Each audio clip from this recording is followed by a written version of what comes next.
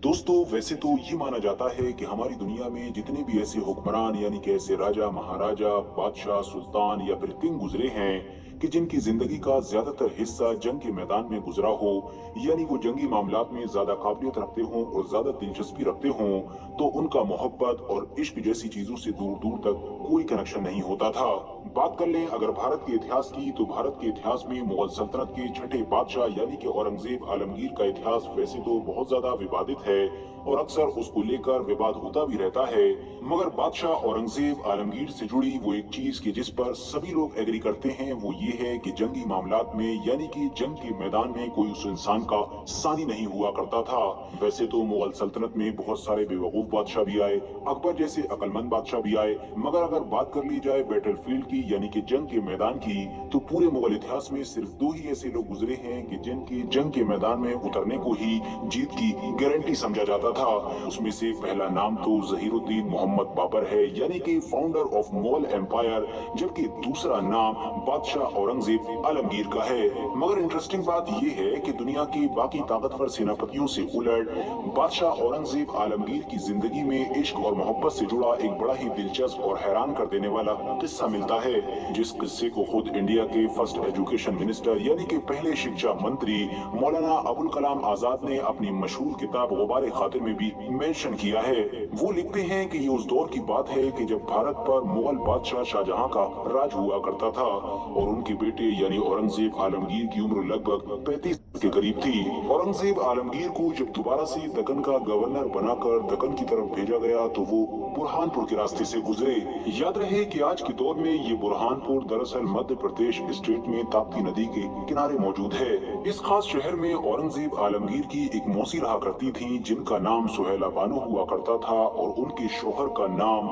मीर खलील खान जमान हुआ करता था। वैसे तो औरंगजेब आलमगीर के बुरहानपुर पहुंचने का मकसद सिर्फ और सिर्फ अपनी मौसी से मुलाकात करना था, मगर इस मुलाकात ने औरंगजेब आलमगीर की दिल की दुनिया को ही बदल कर रख दिया। गुबारे खातिर में लिखा हुआ है कि औरंगजेब आलमगीर यानी उस दौर के मुगल शहजादे एक दिन बुरहानपुर के जैनाबाद के एक बागीचे के जिसका नाम आओ खाना है उसमें टहल रहे थे। तभी उनकी मौसी भी अपनी कुछ दासियों के साथ वहां पर टहलने आई। उनके साथ जितनी भी दासियां आई थी उनमें से एक दासी ऐसी भी थी कि जिसका जादुई गायकी, अदाओं और खूबसूरती में कोई जवाब नहीं था। सैर करते हुए जब ये सारी दासियां उनकी मौसी के साथ एक पेड़ के नीचे से गुजरी जिस पेड़ के ऊपर आम लगे हुए थे, तभी उस खास दासी ने ना तो शहजादे की मौजूदगी का कोई लिहाज रखा और न ही मौसी की मौजूदगी का, बल्कि एकदम से बेबाक अंदाज में वो दासी उछली और उछलकर एक ऐसे फल को तोड़ लिया कि जो काफी ऊंची टहनी पर लगा हुआ था। मगर उस दासी की ये हरकत शहजादे की मौसी को बिल्कुल भी पसंद नहीं आई। शहजादे की मौसी ने उस दासी की डांट लगाई,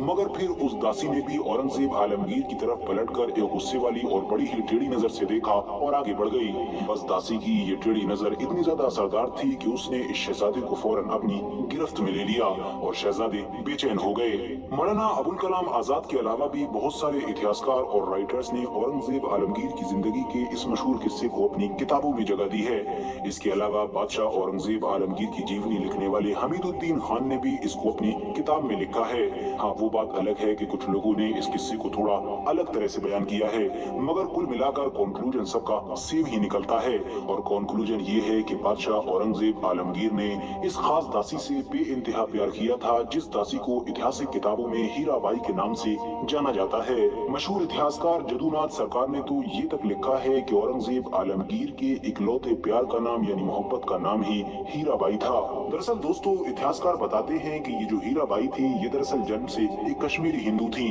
जिनको इनके माँ बाप ने बेच दिया था और बाद में ये बिकती बिकाती ही मशहूर मुगल बादशाह यानी औरंगजेब आलमगीर की मौसी के घर पर पहुंची थी, जहां पर ये एक दासी बनकर जिंदगी गुजारती थी। बाद में बादशाह औरंगजेब आलमगीर की तरफ से हीराबाई को जैनाबादी महल का नाम दिया गया था, मगर बादशाह औरंगजेब आलमगीर के लिए बदकिस्मती की बात ये थी कि ये जैनाबादी महल यानी कि हीराबाई अगले ही कुछ महीनों के बाद 1954 में बड़ी ही कम उम्र में खत्म हो गई थी। मगर दोस्तों, जैसा कि मैंने आपको शुरू में ही बताया था कि मुगल बादशाह शाहजहां की तरफ से तो शहजादे औरंगजेब को